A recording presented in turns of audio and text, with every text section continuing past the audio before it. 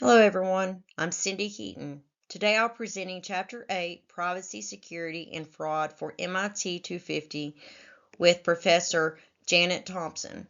This chapter highlights why protecting information is both a legal and manageable responsibility. We'll look at how organizations must protect personal data, keep systems secure, and prevent fraud to reduce risk and safeguard the people that we serve.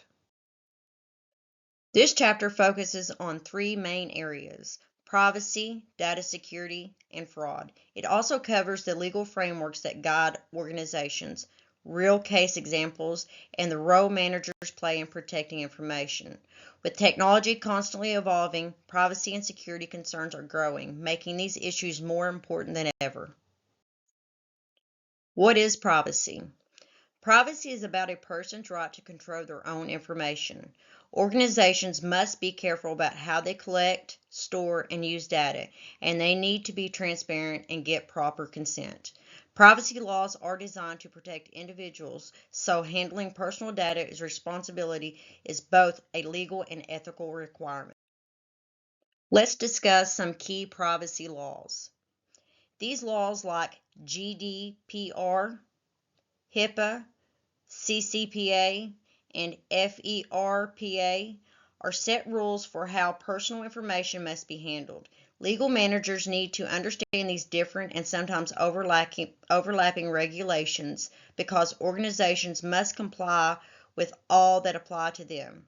Not following these laws can lead to serious penalties, fines, and legal consequences.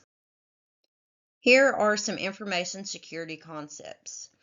The foundation of information security is the CIA triad: confidentiality, integrity, and availability. These principles help protect data from threats like malware, ransomware, and phishing. Human error is also a major risk, which is why training and awareness are so important. Here we have some organizational security measures. Organizations use tools like encryption, strong access controls, and regular data backups to protect information. They are also prepare disaster recovery plans and conduct audits. But security isn't just technical. Employee training is one of the most important ways to prevent breaches.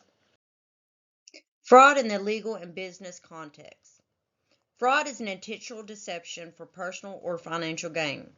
It can take many forms, like financial fraud, identity theft, or cyber fraud. It's important to remember that fraud can come from outside or inside the organization. So management needs strong controls to prevent internal risk as well. Here we have some common fraud schemes. Common fraud schemes include impersonation, identity theft, social engineering, embezzlement, and falsifying documents. Billing scams are also common. A real-world example is phishing email that tricks employees into sending payments or sharing sensitive information. Now that we have defined fraud, let's discuss some legal standards on fraud.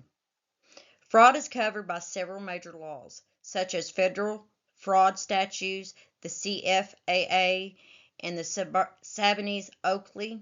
These laws define what counts as fraud and outline the penalties. Fraud can lead to both criminal and civil charges for individuals and organizations.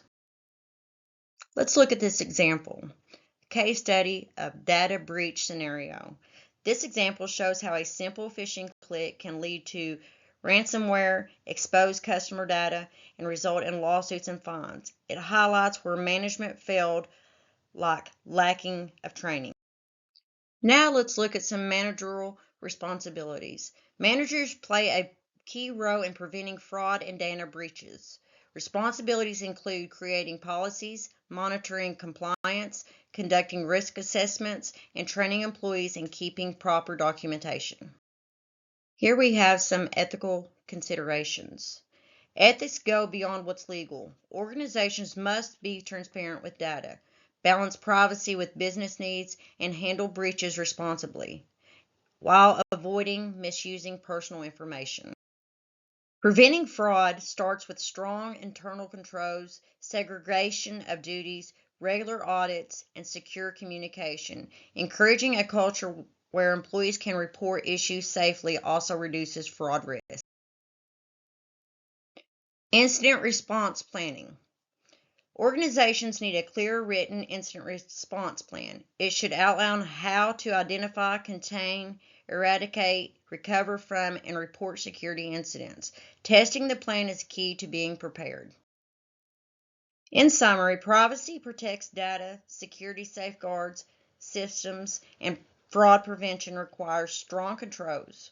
Managers play a central role in all three to reduce legal risk and protect the organization and its people. Thank you for watching.